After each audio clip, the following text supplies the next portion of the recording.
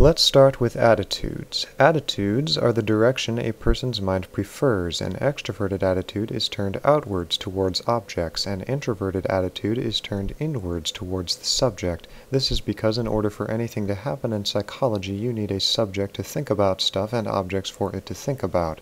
Extroversion loves objects and wants to align itself as much as possible with objective data, neglecting any subjectively arising ideas, kind of like a lemming ignoring its nagging doubts as it follows its herd off of a cliff. Introversion is scared to death of objects, so it turns inwards and seeks to align with subjective ideas despite objective data, kind of like an old man refusing to leave his house during a volcanic eruption because he doesn't believe volcanoes can erupt. Then there are functions. Functions are mental processes which vary in nature depending on whether their attitude is extroverted or introverted.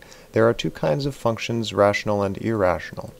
Rational functions judge stuff. They develop a list of criteria and see if things are up to snuff. There's two ways to judge. Thinking judges if something makes logical sense. A equals B, B equals C, therefore A equals C. Feeling judges if something is good or desirable. A is good, B is bad, therefore we should choose A. Irrational functions perceive stuff.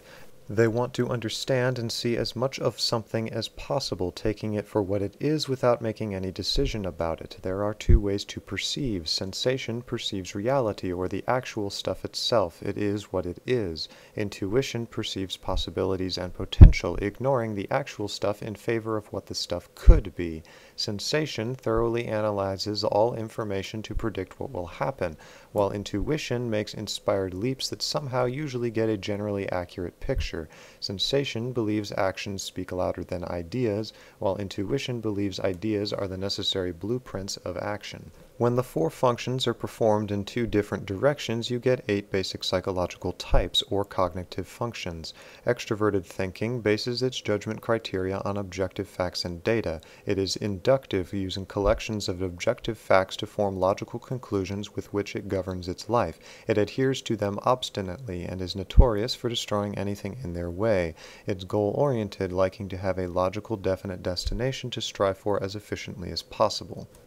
Extroverted feeling bases its judgment criteria on objective values or standards of goodness. This makes it very accommodating, as it seeks to do things that are in alignment with generally accepted standards of excellence or beauty, doing things because they please and comfort in general.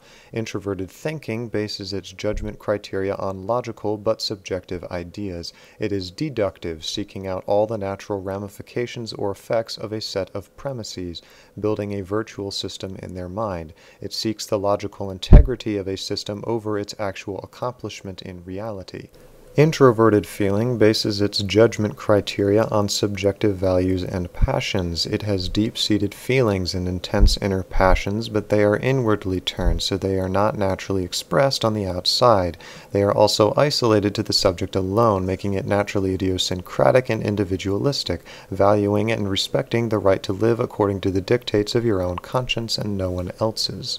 Extroverted sensation perceives reality. This function has the most accurate and down-to-earth understanding of reality, sharp and matter-of-fact as a photograph.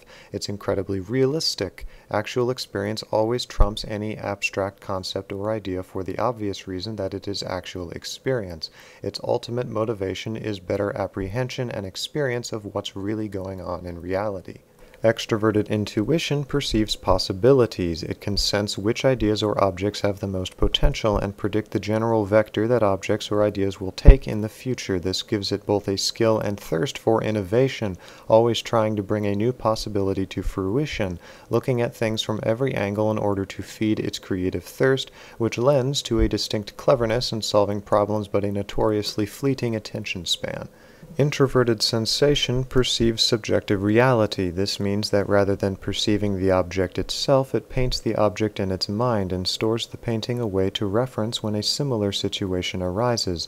The painting thus imbues the experience with the subject's interpretation of it, and that interpretation, whether good or bad, is recalled in similar situations.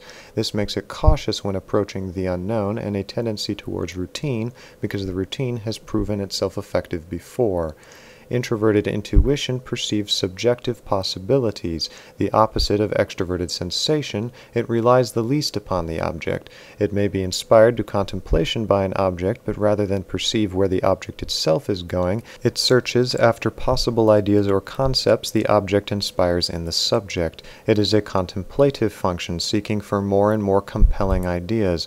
Over time, it weaves many ideas into one compelling theory or vague vision that they must do something about. So although its visions arouse almost completely isolated from reality, it is for this very reason that they can help add fresh ideas and understanding to the world when it presents its vision.